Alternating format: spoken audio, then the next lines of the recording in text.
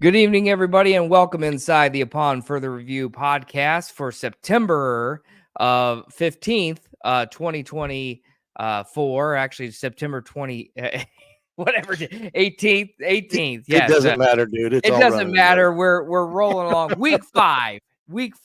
I'm Eric Dutkevich, in with the coach Shannon Griffith, who's doing a little bit of a road show this week. Coach, how's it going?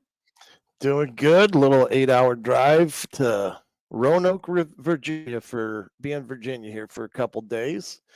Saw some beautiful scenery and country up in the mountains through the Blue Ridge Mountains. So, but I'm piped in, ready to go, and I'm thankful it works. Absolutely. Well, you're in Roanoke, Virginia. I'm here in my studio in the Doot Man Cave here in Fort Wayne, Indiana. And hey, anywhere we are in the United States and around the world, we're glad to have everybody with us this week. We got a great show this week. We're going to recap last week's action in week 4, especially that New Haven game that we were out at for our Midwest Box Breaks 1380 The Fan Game of the Week. And we'll look ahead to this week with another big matchup. It's a big weekend across the board, but the game of the week this week is Snider at Carroll on Friday night. We'll be talking to Carroll offensive lineman Caiden Abbs a little bit later on in the show. Good to talk to him and just get some insight about the Chargers season so far and talk about his recruiting journey as he's committed to Illinois State to play football next year. But Coach, just start about last Friday night. We were out at New Haven and John Young Stadium, and we saw a big clash with the purple teams in the East Allen schools in New Haven and Leo. And Leo, wow, I mean, started off a little slow, but ultimately pulled away, and huge game for Landon Hepner and just what they were able to do as a team. Really impressive looking Leo Lions squad. Yeah, Landon Hepner, I think he had 286 yards of total offense on that, and at least, I think, 3 touchdowns, if my memory serves me correct, or something to that extent. He had a kickoff return for a touchdown, a punt return for a touchdown, and an 88-yard run as the Wildcat quarterback for a touchdown. And all of those type of plays were backbreaking for New Haven. New Haven had actually deferred the toss, which kind of surprised me. They took the ball, went on their own drive of 80 some odd yards, and got the ball in the end zone on their first drive. And that, to me, was a great sign for them in that ball game. But on the ensuing kickoff, their kickoff coverage was really nowhere to be found, and Landon Hepner found the sideline and went right down it. And he's a really good player. You're seeing Hoffer there, 34 for New Haven. He is a phenomenal football player. Kid was all over the place on Friday night, whether it was in a safety position or a tight end. He's a hard runner.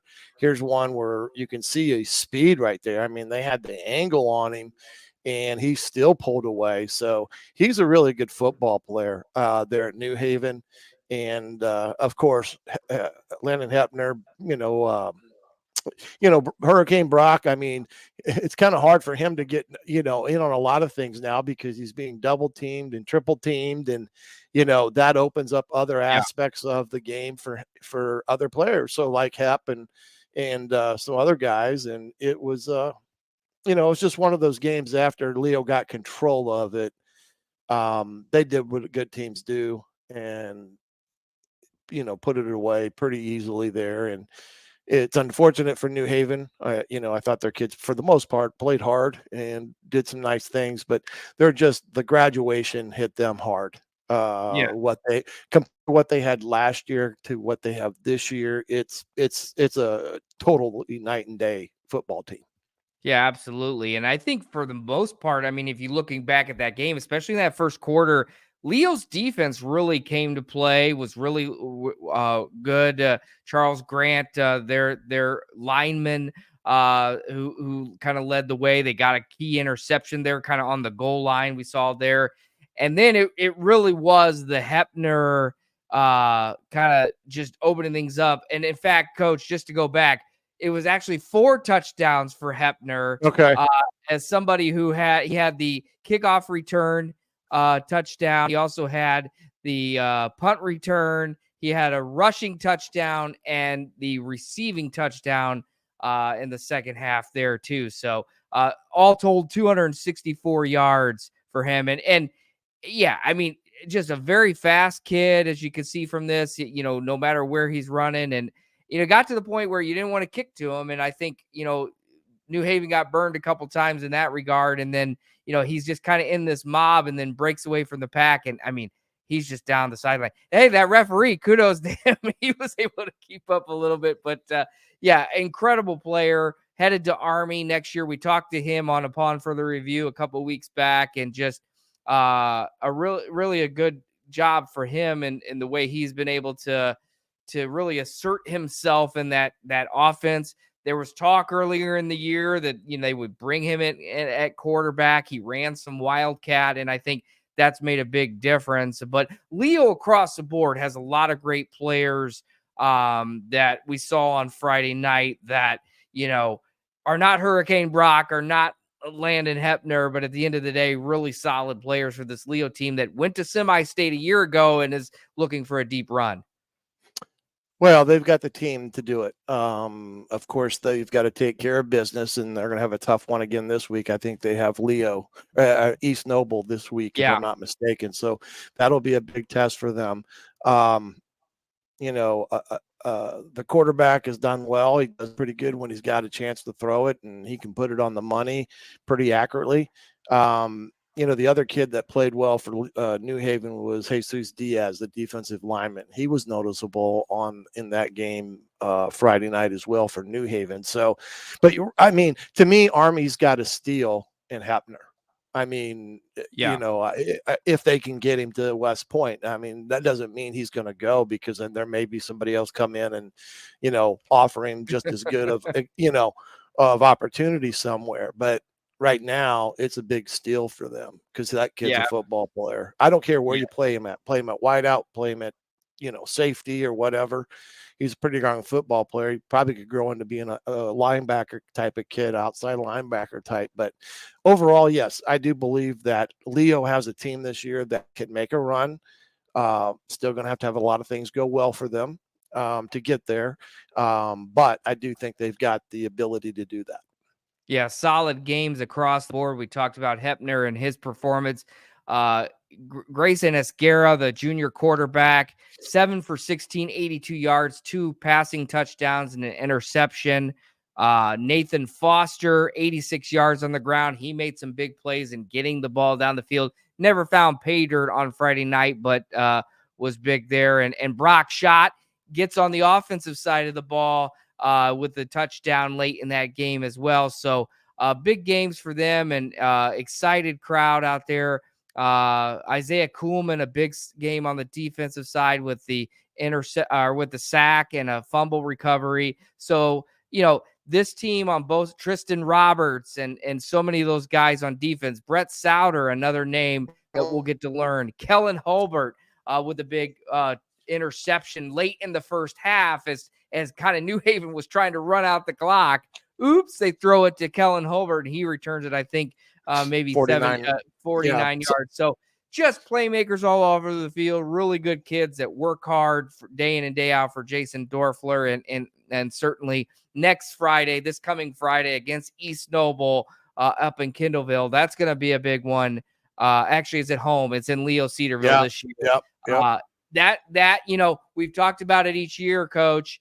That kind of becomes the de facto NE8 championship. I mean, this weekend, and we'll get into some of the SAC games and some of the other area games, but this could be the NE8 championship on Friday night when these two teams lock up. Though Columbia City is definitely in that mix as well. Yeah, they're going to have their say in it. And remember, a couple of years ago, they kind of spoiled it for Leo when they lost late in the season. Leo did to Columbia City. So, yeah, Leo again, they're going to have to play some good football here when they start matching up with some of the teams that maybe have a little bit similar skill levels. Yep. And DeKalb, East Noble, Columbia City, those type of teams that maybe can do some things, but overall, I don't know if anybody's got as good of athletic looking kids on both sides of the football. And even up front, they're big. I mean, they're two defensive tackles. I mean, those kids are monsters on the inside, and they do a great job of keeping their linebackers free. And so just overall, I just think Coach Dorfler, staff, kids, all done a great job to this point. And like I said, they do have an opportunity to do more than just win the NE8. I do think they have a legitimate shot to get down to state if things bounce their way. Yeah, absolutely. 42-13, the final score on that one. Leo picks up a big win. New Haven moves to 0-4 now, looking for their first win under new head coach Vance Shear. Well, that takes care of kind of our lead game a week ago. Looking ahead now to coach to next week, we got Carroll and Snider on the horizon, and I think we'll go ahead and bring them in now. Our guest tonight, joining us from the Carroll Chargers, offensive lineman Caiden Abbs is on the show tonight. And Caiden, thanks so much for joining us tonight on here and Upon Further Review. And welcome to the show. And what a great season so far. Great start for the Carroll Chargers as you guys have entered conference play. No, thank you so much. No, it's just been nice just starting the two games against two big powerhouse indie schools, see how we compare, just see what we need to fix up. Just a couple things on special teams, defense, offense, and then going to the SAC schools and just seeing how all those options reflect on the rest of the season. Sure. You're a senior or junior, I should say, for this team. The last 2 years doing those 2 out of conference games, how beneficial has that been for this program moving forward? And kind of, we always talk about the Fort Wayne schools can kind of figure out how they are against these indie schools. What has those 2 games that you guys play out of conference with some of those indie schools, Hamilton Southeastern and the like, how have it helped this program go as you guys try to continue to improve? I think it really just shows what you need to work on going into the postseason. I mean, because if you play schools you play small schools like Southside or Concordia, and you're going through the whole time, then you're not learning on what you need to get better at. But if you're playing schools like Center Grove, Warren Central, HSC, you're learning what you need to get better. You're seeing what you need to work on. So I think it just helps all the schools in the Fort Wayne area going into the postseason. Sure. A lot of big guys on those line play. You're an offensive line. Switching to center this year. Yes, Talk sir. a little bit about that, the decision that kind of went into that, how that all came about, and really what that challenge has presented to you so far this season. No, so just because I played tackle all the way through high school until my senior year, and now I'm getting moved to center. But the biggest part of the transition was just putting that imaginary weight on the ball, because I can't put a hand in the ground like I could at tackle and kind of put weight on to push off of. So I mean, that was definitely the hardest part, just kind of putting more weight on my feet to push off and to go hit someone. But I mean, just the biggest motive for it, I think, is just coaches are asking hey, when are you going to put him interior? When are you going to put him interior? And then we got a really good tackle rising in the class, Brendan Coons. So it just really all added up together that Coach Dinah thought it was best to put me on the inside and just go from there, and then we can blow up the middle and make some big run plays. Absolutely. Well, that eliminates the throwing touchdown passes as a tackle like you did last year when you dropped. I know. And then we had our left guard run for a touchdown against Southside. So I guess it was just his turn this year. But yeah, I'm telling, we got to pull the center on one play. I'm praying for it. I want it so bad. Well, Caiden, I know that you've made a verbal commitment to Illinois State, and I know that this was kind of a hot and heavy summer for you because you were doing a little bit of baseball still and also doing all the camps and stuff like that. Tell me what was the biggest decision for you to make that commitment to Coach Spack down there at Illinois State? I mean, just the honesty up front. I mean, you have all these colleges like, yeah, hey, you're going to play first year. You're going to play this. You're going to play that. Or, hey, yeah, you're going to be 6'2" and play tackle at a Division I school. Like, that's not going to happen. My arms aren't long enough, and, like, it's just not going to happen. So I had teams, like, straight up lying to my face, or maybe they weren't, but, like, that's what it felt like to me personally. But I just figured that, like, and I just like old rough dudes just yelling at me, coaching me up. And Coach Etheridge is a perfect example of that. Like, he does not care what you think, but he's going to make you as good as he can. And that's just what I got off of just talking to him and meeting him in person. And because they were one of the main schools that were talking to me, but then they also came to our college day practice during the summer. So, I mean, just seeing him like be there, show interest, not as well on the phone, but also in person. It spoke wonders on me. That's why I decided to go to Illinois State. Well, they're a national program at the FCS level, of course, and Coach Spack's been there for a number of years, and I've coached against Coach Spack when he was at Purdue as the defensive coordinator there. So you're going with the head coach that I have a ton of respect for, and he runs a great program there at Illinois State. Now let's look at this game coming up against Snider, because this has kind of turned into a little bit of a rivalry to a certain degree. Snider definitely this year, their strength is on their defensive side of the ball. They've got some quick guys. They have changed their philosophy defensively, because they've gone to more of a 3-4 type of concept with everybody man up on the outside. But you're going to have somebody directly over you probably 85-90% of the game come Friday. Tell us a little bit about what you think of Snider's defense and who you're going to be going up against Friday night for the better part of the night. No, I mean, Snider's always known for being one of the better teams in Fort Wayne area. I mean, they got a really good defensive end, Adam Blakely, and they got Brandon Logan and then Jamorion. Like, they have amazing athletes over there, so I think it's going to be a really fun game. But just with that three front, they're going to try to do some funky stuff, blitz some linebackers. But I think just also getting help from my guards to get initial push on the inside, I think it'll just make it like a very, I don't want to say easy, but it'll be beneficial on the run game going up the middle, like inside zone or something like that.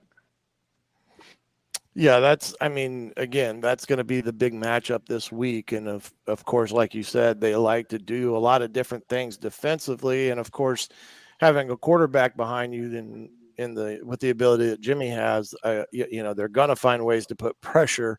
Again, that's one of the things they do pretty good defensively, is finding ways to get pressure on the quarterback. What is some other things that, that you have taken away from the season thus far? I mean, you're 4 games into your senior season, right? And it almost is the halfway point, as crazy as that sounds. But what are some things that you've taken away thus far by moving to center, and some of the things that, you feel like you've done well, some things that you need to keep improving upon? I mean, I think, like, I wouldn't want to, like, focus on, like, personal stuff. Like, I think it's just being able to look at the team after the first 2 games going 0-2 and then coming back and only giving up 3 points in the past 2 games. I really just think it shows, like, how well this team is pushing through adversity. And then, like, our offensive line, we keep on pushing. We're getting more yards. I mean, our last game against Dwenger is not a bad football team. They're well coached, well disciplined, and we had triple-digit yards in 2 categories. So I think just, like, building off of those 2 first games and then doing what we're doing now, I think it'll be interesting to see how we go into the week against Snider. It'll be fun. Caiden, you joining here on Upon Further Review. You talk a lot like a coach sometimes. Just your dad being the head coach at Trine, Troy Abbs, that aspect of things and the ability to kind of pick his brain as a coach, as a father-son coach to a player in a different style, so to speak. Just talk about that aspect and really what the game that you've grown up in, the game that he's grown up in, and just sharing that with your dad and just how that relationship is as father and son, and especially when it comes to Friday nights playing for the Carroll Chargers for you? No, there's nothing like having a really good block and that look in the end zone and dad just standing there. Like, just he gives me a finger, points at me real quick. He's like, that's going to go good on film. So, I mean, it's just like the biggest part, too, is he keeps me humble because he's got dudes bigger and stronger than me at trying.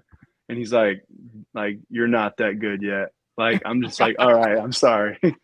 Like, he keeps me humble. So I'm like, there's no cockiness in the Abbs family household. I'll be like, dang, Dad, I had a pretty good game. He's like, it was all right. I'm like, okay, appreciate it. No, Yeah. but I mean, just being able to and just learn off of him because I mean, he's a defensive guy, but he knows a little bit about offense, just working with different coaches. So I mean, it's just basing off asking him questions. It's just been really beneficial to my high school career. Absolutely. And your baseball player too, another talented baseball player and all of that you've been able to do, multi-sport athlete. So it's really cool to have you on this week and to kind of talk about your career with the Carroll Chargers, the team that you guys have built over time and the program. And of course, the big one on Friday night against Snider. So best of luck to you and Carroll the rest of the way and in your senior season. And we'll be watching Friday night, and I'm sure we'll talk to you down the road. All right, appreciate it, guys. Well, hey, before you go, Caiden, I'm going to tell you one thing that you should take advantage of, even if your old man doesn't want you to. Here's the one thing that I've recognized about your growth as an offensive lineman. I think you started out as an aggressive type of kid that maybe at times you got overly aggressive. I think you have become an offensive lineman that's learned to play within the system that you're given and done a great job with it. And so I think because of that, that's why you're able to do what been able to do this year alone by going from tackle to the center spot, and also be a guy that cut down on some of the penalties that you've taken over the years because you're just aggressive type of kid. So I think you've done a hell of a job. I wish you the best at Illinois State. And I'm sure you're going to get a great education there because that's the most important thing. But we really look forward to seeing you playing Friday night against Snider, and we'll see what the Chargers can give us on Friday night there at the old Carroll Field. All right. Yes, sir. Hey, and we're up for homecoming, so that could be a plus too. But okay, there you go. You heard it. Yeah, he's probably going to be the homecoming making king. his pitch. Hey, I gotta put it out there. Hey, yeah, we'll see. We'll circle back on that. Homecoming week. Happy homecoming to Carroll. Best luck Friday, Caiden, and thanks for joining us tonight on Upon Further Review. All right, thanks, guys. Appreciate it. All right, Caiden. See you, buddy. That was Caiden Abbs, the talented offensive lineman from the Carroll Chargers. And Coach, you're an offensive mind. You were a quarterback. You were a coach a long time. The move from tackle to center. I mean, what does that take? For a coach to ask a kid, first of all, hey, we want to move you. Second of all, the work that goes into changing positions. I mean, is it just moving over one slot on the line? Just kind of talk me through that a little bit as far as what goes into moving guys like that. Well, it's much more that goes into it because he's going from being a guy that's the anchor on the end of line. And sometimes those guys want a kid like Caiden there for protection of the quarterback and things of that nature. But, he has really good feet and he moves pretty well for a big guy. And I think because of some of his athletic ability, that made him a natural in some respects to go in to be a center. And I believe Doug probably felt that, giving him or putting him in that position, he knew that he was going to work at it and get better. And the biggest thing is the snap. I mean, every offensive play starts with a snap. It has nothing to do with a quarterback. It has nothing to do with wide receivers or any skill guys out there. If you don't have a guy that can get the ball to the quarterback in a timely fashion and consistently, the play's not going to work. And sometimes being a tenth of a second slow on a snap can also throw the timing off just that much more. So I think it was an opportunity that Doug saw that he knew he could move him there. I'm sure Caiden was receptive to that challenge. It makes him a better offensive lineman. It makes him even more valuable probably, like Illinois State. Now they see him, they got a decision, is he going to be a guard? Is he going to be a center, or, those type of things. And I think that in itself is going to lend a great opportunity for him because he's now diverse in what he does. Yeah, absolutely. Yeah, so I think that's the biggest thing is the diversity that he now has, being a center and also playing tackle. Doubt if he'll be playing tackle at Illinois State. He's probably more of a guard center in some respects, because I do think he moves pretty decently for a big guy. And I think overall, that's what we've seen from him to start. And it's not an easy transition now. You have to really work at it, especially because everything's a gun snap now. In the old days, you had to have a guy had hands up underneath you, and you had to get used to that as anything. And now it's more of, can I get it back there on a straight line? And that's the biggest challenge for kids playing center today. Yeah, absolutely. Looking at max preps, 181 offensive snaps for Carroll this year so far. There, and as far as yardage, they're averaging 342 total yards per game. Of course, Jimmy Sullivan, another big game on Friday night against Bishop Dwenger, and their 31-3 win. Carroll's win over the Saints. But they've got the running game going with Starks, and really just across the board, a really solid game. I think both Snider and Carroll have moved beyond those first two games that were a little, oh no, and that's kind of a given. We talked about it, kind of seeing where you rank and measure up against these indie schools. Then you get into the conference slate. I think Carroll and Snider are two teams that were, kind of picked up where they left off. And I think now they're clashing once again. It was a tight game a year ago, and it should be another fun one out there Friday night at Gorsuch Athletic Complex on the campus of Carroll High School. Yeah, it's going to be a really good game. And, I think Jimmy is, being able to do what he needs to do, whether it's running the ball or throwing it effectively and making the correct decisions. And that's the biggest thing for Carroll, that they go if Jimmy goes. And that also opens it up for the kid like Starks, because Sparks is a kid that is a very quick back, but he's not a very big back. So the more they can open things up and spread it out for a kid like that, and also Jimmy being a threat to run the football, that just goes hand in hand for Nathan to be a more valuable asset in that type of offense because of his ability to, his quickness and stuff. So it should be a good game in that regard. It seems like Snider offensively's got going a little bit like we thought they would.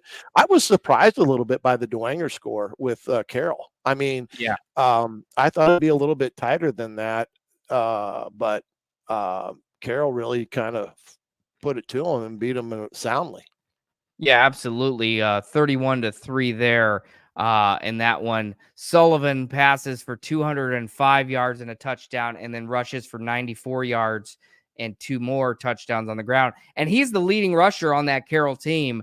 Really, Starks is a great back for them, but really Jimmy has kind of taken that top running back position, so to speak, in a lot of ways. But that's just the dual threat nature that Jimmy Sullivan brings. Of course, Carroll, 243 yards as a team rushing last Friday against Dwenger. Nate Starks with 134. So a heavy dose of him. He got his yardage, and I think they continue to build. And so it should be a good one Friday, because Snider's defense, especially that rush defense, that defensive line, just waiting there. And then the success that the secondary had against Jimmy last year with Brandon Logan being able to, return the touchdown, 2 interceptions, 1 for a touchdown at least. And I think that really kind of, there again, changed the momentum on that game. So 2 teams really clicking. Of course, this one kind of decided the A division a year ago, which ultimately decided, in a way, the SAC with the 2 divisions. And it wasn't until after the games were over on Friday night into Saturday that we really learned that Snider and Lures were kind of co-conference champions. But nevertheless, this is a big one in that side of things. And by the way, both of them Class 6A this year, Coach. Yeah. Could meet again in sectionals in October. So something to watch this year too. The other thing is I'm interested to see on what Snider does in the secondary, because they have been a man-to-man or a man-free concept pretty much all year. I don't think they can play man coverage against Carroll with Rode and Van Pelt and some of their other weapons there, and Jimmy Sullivan throwing the football without, really bringing an extra guy, bringing more than they have to block. Because East Noble in that Tesh kid, they threw the corner route pretty, in that first, Friday night, that's what they were beating them on. It was all man-to-man. So I'm interested to see how Snider plays them.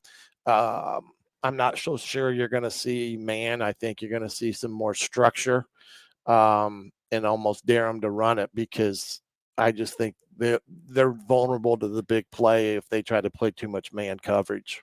Yeah, absolutely. So Snider with the big win over Southside on Friday night, 35-14. Jordan Davis in that game, I think worth a shout out here. 21 rushes, 153 yards, and 5 touchdowns. So they said, we are going to establish a running game tonight. There's no question about it. And that has always been Snider's bread and butter. So that becomes the same challenge for first and foremost for Carroll's defense is, okay, stopping the run. And East Noble did have that success on Friday, that, before it broke for Saturday. And then Aaron Vance, he has shown he's able to get the job done on it with his legs as well, the junior quarterback for the Snider Panthers. So, a lot of different aspects of this game from a year ago. But, at the end of the day, this is a big one Friday night, and it'll be fun to be out there. It should be a great crowd and exciting game and a lot on the line, as it should be. Well, yeah, this is a classic matchup that we, every year is going to be a dynamic game, and it's going to have a lot riding on it to a certain degree. And we'll find out Friday night at about 10:30 who's the guy that is on top afterwards. And it, like you said, it could shape the rest of the season as it pertains to being in the driver's seat with a game in hand on somebody that you've already beaten. Yeah, Snider gets the 27-24 win a year ago. Carroll had won the previous 3, a 7-point game in 2022, 1-point game in 21, and then Carroll 42-12 over Snider in 2020. So that's that has become a really good game. So that should be a fun one. That will be the 1380 game of the week on Friday night. We'll be out there, of course, with the pregame show starting at 6 from the Gorsuch Athletic Complex. Pregame at 6, postgame at the Pine Valley Pizza Hut. Of course, pregame show, Jim Shovlin, Shannon, and myself. And then Shannon and Rumpy on the call, Brett on the call from the press box, and Pine Valley with Adam and Brett after the game. So it should be a good one. And really, looking at this week, Coach, not just that Snider Carroll game, but a lot of good games on there, especially with conference implications going on. If we look at the NE8 game, we have just some of the games here. Here's the full slate of games. But if you look, East Noble at Leo really highlights the NE8. We also have Adams Central at Heritage. Is a big one. And the NECC, not one of those really big games that jumps out. I think Busco and Gare's a little bit more intriguing. But let's move on to this NE8 game with East Noble and Leo that can, there again, it is kind of that, the NE8 championship has run through this game the last several years and quite possibly could do so again this year. Well, it's going to give the team, whoever comes out of that with a win, kind of the one up, so to speak, heading into the rest of the season. As we get into the middle part of the NE8, that's when all the big guys play against each other. And, they're all going to go through a gauntlet of games where each and every Friday night is going to be the difference between winning a NE8 championship or not. And that's all before us right now. And East Noble and Leo, that's going to be a game that'll, I think, will be a good one to watch, because I think there's some toughness that East Noble brings to the table and what they like to do. And I do think Leo does have more athletic kids on the field than East Noble will have, but don't discount the heart that those kids from East Noble play with, because they play hard. Tesh and there's a Springer. There's a couple of them. I can't cut you off the top of my head that, kind of popped in. Yeah, that popped in that Snider game when we had them. That they got a good little ball club, and absolutely. That's this game. I mean, while Leo may have more talent on at positions than what East Noble does, East Noble plays hard, and you cannot ever discount a team that plays hard, because sometimes that outweighs talent. And so I think it's going to be a pretty darn good ball game. Yeah, absolutely. And I think I saw somewhere, I counted it up in the preseason, don't have it right in front of me, but 6 straight for Leo over East Noble, and it 3 times in the regular season, 3 times in the playoffs. So it's one of those things where Leo has had the number lately, and I think, but also too, East Noble has proven year after year to be one of those teams, and it wasn't that long ago that they were in the state championship. Alex Stewart, his first year, I think that Snider game, I think it will be helpful for East Noble in the sense that they were psyched up for East Noble was psyched up on it on that Friday. Saturday they came out a little flat. Yeah. Taking that information and applying it to their preparation for Leo, and really the rest of the season, they got the big win over DeKalb on Friday, 35-0. DeKalb was a really strong looking team, and to shut them down. Huntington North, I mean, just 55 yards of offense and 4 first downs in that game. So I think we're seeing an East Noble team that is still hanging in there. I think that Snider loss for them might be comparable, for like Hamilton, for Carroll to lose to Hamilton Southeastern or something like that. Like you take those lessons from that, and I think it'd be, East Noble has been able to do that, and it's been the ground and pound game for East Noble too. I mean, with Hurricane Brock shot on the Leo defense, you got to get the ball quick. We saw that with Leo or New Haven on Friday. The slant routes, getting the ball out quick. It was not even giving and they did a really good job in that first quarter to do it. So that's going to be a key, is just, getting that ball. And can you bring down Dylan Crail? He's going to pound the rock there too. So that could be an old-fashioned slobber knocker, as they say up in Leo Cedarville. That should be a fun one on Friday night. Easily another one that you could select as the game of the week, because it just has that magnitude, that impact, and some of those implications in the conference. And, there again, all those players that are coming along, I mean, they answer to the big games. Well, number one, East Noble's got the number 1 defense in NE8 right now, only giving up like 16 or 63 points. No, 16 points against a game.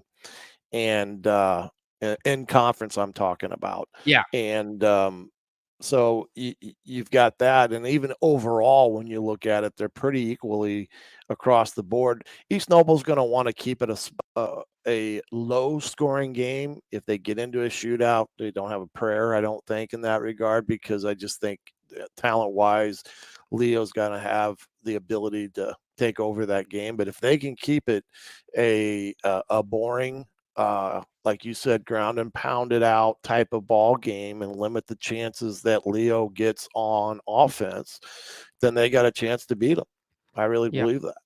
Yeah, East Noble has given up 57 points on defense through 4 games. Leo 56. What's interesting about that East Noble number is the fact that 35 of those were the Snider Panthers in that game. So realistically, for East Noble, 6 against Bremen, 16 against Huntington North, and then the shutout against DeKalb. So interesting. And then, I mean, on top of it too, we talked about it earlier in the show. Don't discount Columbia City in there. They've got DeKalb this week on the road up in Waterloo. DeKalb, you know, maybe they kind of circle the wagons again and get up there. But, you know, DeKalb isn't. But Columbia City, the season that they're having, number one statistically in offense and defense heading into Friday, across in all of 4A. So they're a team that has really been able to score at will and things like that. So they're playing. Columbia City has DeKalb this week. They have East Noble on October 4th in Kendallville, and then they host Leo on October 11th. So they're, you know, that could be an interesting one for them. Whereas Leo, it's East Noble, and then Columbia City on that's the 11th game. Right. So this, you know, this Friday, October 4th, and then October 11th could, you know, those are the big three intriguing matchups to go yet in the NE8. And, you know, every game is crucial in that league because there's only 8 teams, and but it's been fun. How about Jason Dorfler, 23-7 now in 3 seasons at Leo, really found a lot of success. And the quarterback play of Grayson Esguerra coming in, replacing Kyler Decker, to have Jason Dorfler as your head coach, that's been very beneficial, I'm sure, to Grayson. Well, yeah. And like I said, you've got good talent around him that allows him to, you know, get the ball in and out of his hands. They got, you know, guys that can take shots down the field off of play action and some of the other things they like to do. So, yeah, I mean, again, if East Noble does the things that they're capable of doing, not turning the ball over, being stingy on defense, taking opportunities on offense, they're a very tough team to beat. Columbia City is going to have a challenge going to DeKalb. That's one of those schools that they just seem to have a hard time, especially on the road. You know, that's one of those games that kind of gives them fits every year. And it was kind of like the games that East Noble used to have to go to Huntington North. That game always seemed to be a game that always tripped them up, you know, in years past, for whatever reason. And that's what Columbia City is going to be facing this week with DeKalb. It's not it's one of those games that Columbia City's got to, you know, not let some things get away from them because they're peeking ahead to what's coming up in the next couple of weeks. They got to take care of DeKalb first and foremost. Yeah, no peek ahead games in the NE8 for the most part. Looking at East Noble holding DeKalb to just Caiden Hinkle 21 yards a week ago, 2 interceptions and 107 yards allowed total East Noble defense. So, man, they've really cranked that up. Columbia City, just players all over the field. Just looking at their list here, 2 touchdowns each against Huntington North for Landon Fazio, who had a whole total of 164 yards, and Trace Parrish. Of course, we talk all the time about Stratton Fuller. Grayson Bradbury, their quarterback, who's moved in, I think, 10th all time in school history and yardage. So kind of quiet amongst all those extra players, but I mean, phenomenal baseball players as well. But, you know, they continue to get it done. They're, you know, 37 points. It's kind of a drop off from what they were doing, but it's high powered and really good team. So these are some fun games in the NE8 because you're starting to see, like, we always see Leo, we always see East Noble, Columbia City has come up, DeKalb, where are they? New Haven always comes to be a factor. But then, you know, teams like Huntington North that are, you know, new coaches that are finding their system. And that's what makes it exciting, is that, you know, on Friday nights, these places, you know, they can find, you know, the communities come out and support their team, and they know, okay, we have a really good shot. We have a really good team. Things have been better than where they have for a while. So let's go out and support. And that means a lot to the school and the kids that are out there on Fridays. Yeah. And that's the way those communities are. When you have one-town high schools and, everything's important on Friday nights that people look forward to, families and such. But, it's like I said, the NE8 is just warming up. Yeah, absolutely. Other games on that slate, Belmont at Huntington North and New Haven at Norwell. So quite the game. And then in the ACAC, we kind of mentioned it, Adams Central at Heritage. This is a big one there for first place in the league. Both teams looking really good this year. Heritage sitting at 4-0, Adams Central at 3-1, Coach. This is what you play for. Adams Central has been there. They've been the team. Heritage is trying to take over that spot. And they're looking really good in trying to do that. But it's a whole nother test with AC this weekend. Well, yeah. And it's all going to come down that game is whether they can get Adams Central out of the things that they like to do and get up on them and force Adams Central into things like throwing the football. But that takes scoring first. But Heritage, this is the year I think for them to do it from what I saw against Woodland. They've got some mismatch problems that I think Adams Central's probably a little bit worried about in terms of what they've got.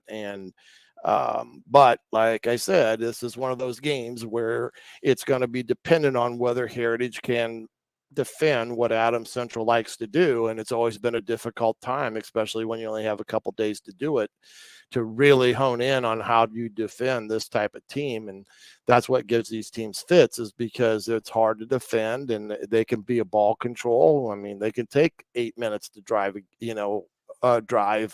and really limit your chances offensively. So that's going to be the key to that game.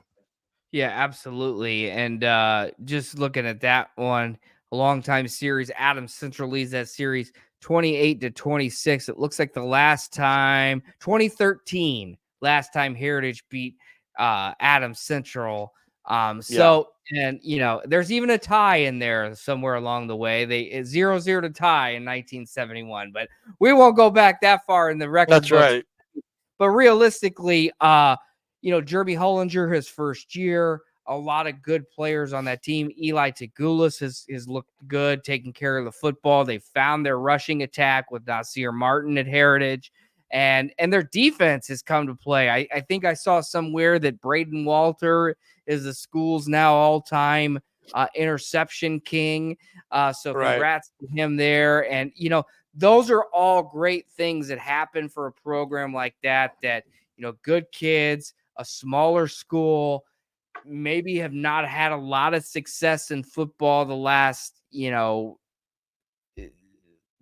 15 years or so. But with Coach Colkman and now Coach Hollinger, they're getting things back to where it's been. And look, I was out there a couple of years ago when Casey Colkman won Coach of the Week for the NFL and the Colts, and he said, they beat South Adams, and he got Coach of the Week, and the next week was Adams Central, and they got steamrolled, but you realize for them, like, it's those little baby steps, and I think for Heritage, it's continuing to take those baby steps. And now the next step is Adams Central, and Adams Central, by the way, has really looking good. I mean, obviously they lost their first game to Garrett 20-7 in the season opener, but since then they've just put it on their opponents. I mean, it's been pretty crazy to see what they've been able to do this year.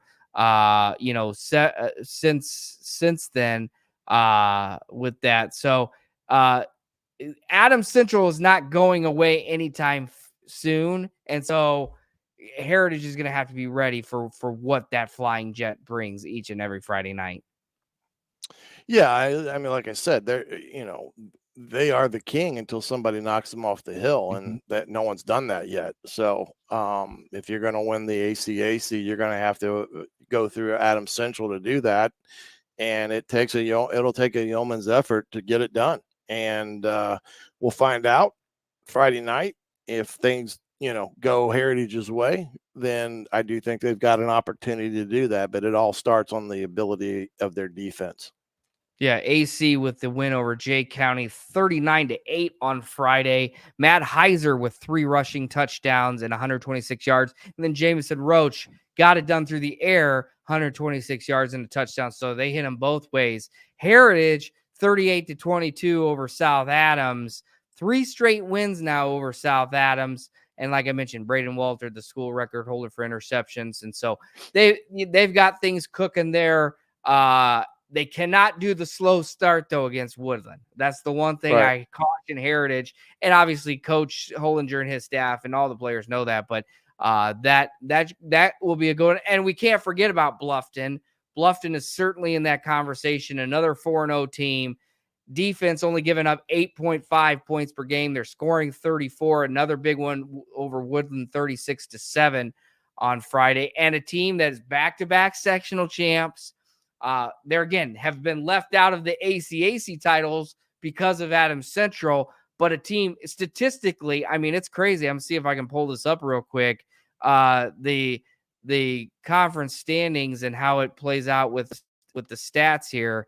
If you look, yeah, here it is.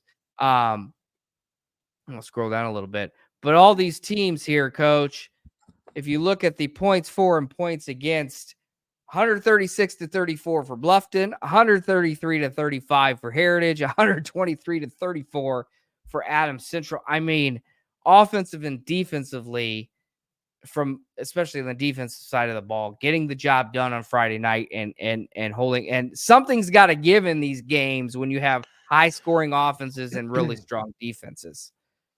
Well, these are the type of games where special teams can play a big part in it, or a team turning the ball over. The turnover margins in these games can be a deciding factor. It's giving up cheap scores in a game like this is always a thing that could also be your demise. So you got to play at your best to beat, the teams that are playing top-notch football right now. Heritage is one of them. So Adams Central will have to play their very best to have a chance to beat Heritage. Yeah, and looking at this schedule here, going off of Adams Central, which, let me pull that back up here. Heritage this weekend at Heritage, then at the South Adams in Bern, you get Southern Wells at home, and then that Bluffton matchup on October 11th. And then meanwhile, October 4th is Heritage at Bluffton.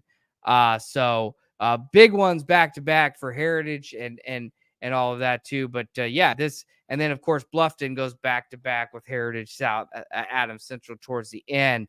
But yeah, I mean, this is, we talked to Coach Kunkel last week on the show, and they're kind of in that same mindset. Like he has a young group.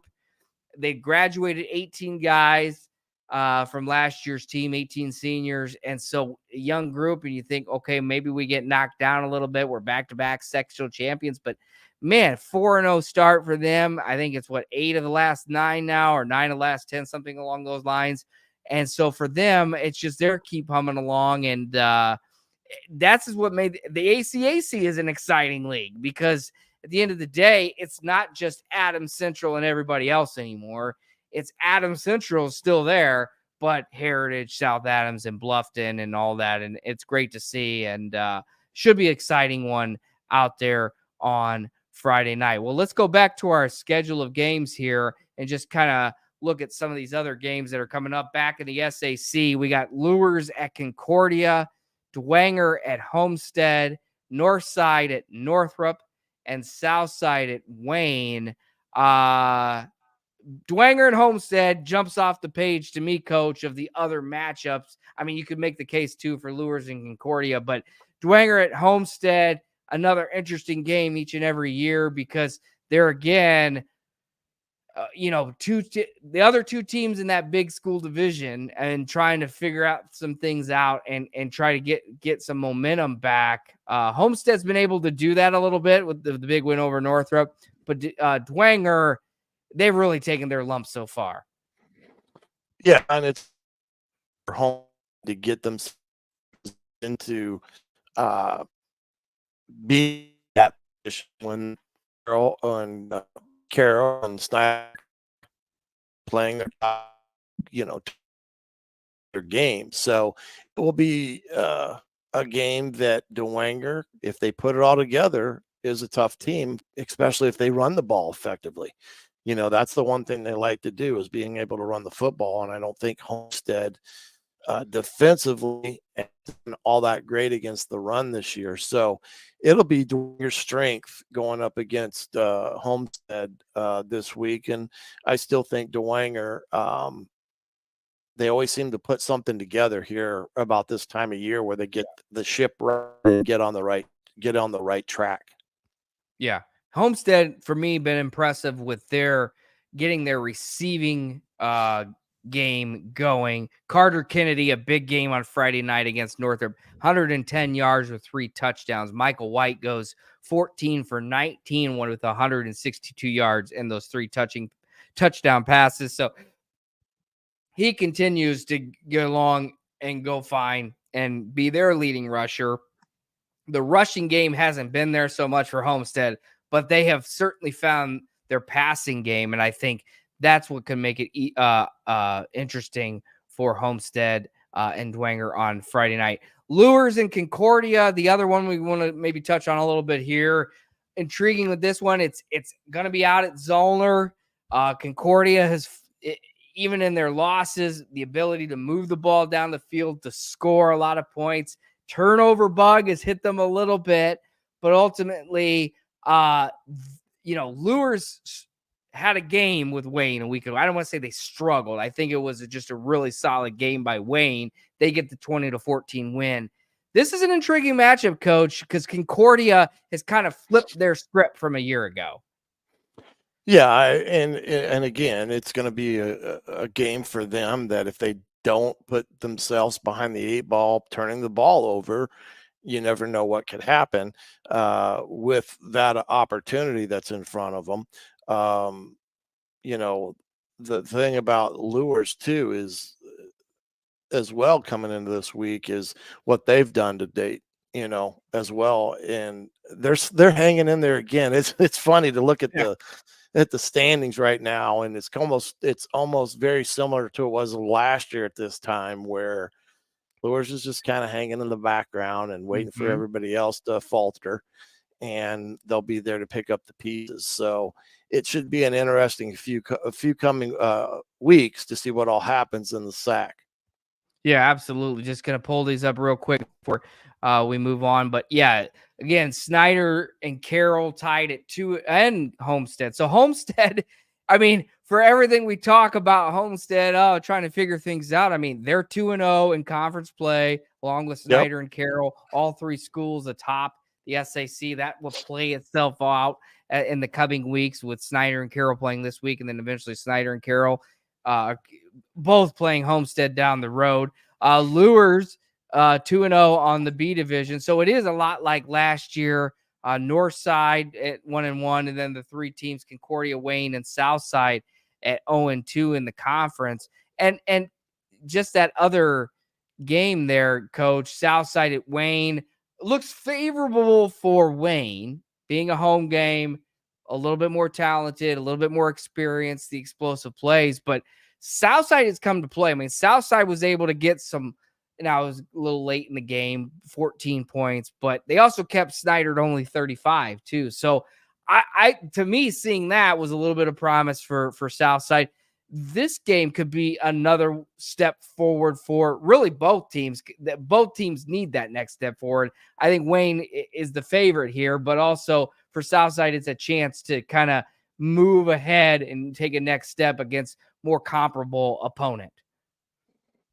Yeah, it's like I said, it's getting to be that time of year where we're into the big part of the middle pack of the year, and these conference races on all of these leagues is going to start shaking out here over the next few weeks, because everybody is going to start honing in on who they haven't played, and the teams that can stay consistent in what they do, don't turn the ball over, be sound in the kicking game, and find ways to win the turnover margin each and every week, are going to be the teams that have a chance to sit on top of the conference come the end of the year. Absolutely. And just real quickly running through the NECC games, we'll mention them. Angola at Lakeland. Lakeland looks for a bounce back there. Busco at Garrett. Garrett continues to roll. Busco picked up their first win, upsetting Eastside a week ago. Fairfield at West Noble. Talk about a ground and pound game. Seth Pruitt continued to be the man up in Ligonier. Fremont at Central Noble. Prairie Heights on the playing as well. So it should be a fun Friday night. We, again, like I said, will be out at Gorsuch Athletic Complex for the Midwest Box Breaks Game of the Week on 1380 The Fan and 100.9 as the Snider Panthers travel to Carroll to face the Carroll Chargers. 7 o'clock kickoff, pregame at 6, postgame at Pine Valley Pizza Hut. Should be an exciting Friday night. Might be another hot one as well. A reminder, you can catch us every Wednesday here on the Upon Further Review podcast at 7 o'clock. You can get the video podcast at Facebook, Twitter, and YouTube, X, as they say now for Twitter. And then with our audio podcast as well on Spotify, on Apple Podcasts, anywhere else that you get that. So different ways to tune us on when you're heading out to the games, or catch our clips during the week on YouTube. Coach, this was fun again this week. Special thanks to Caiden Abbs from Carroll for joining us. And here we are at different places across the country, but great to still put on a show again this week. Absolutely. We'll see you Friday. Yeah, thank you. This has been Upon Further Review. We'll see you on Friday night out at the games, and we'll see you next week right here on the show. Have a good night, everyone.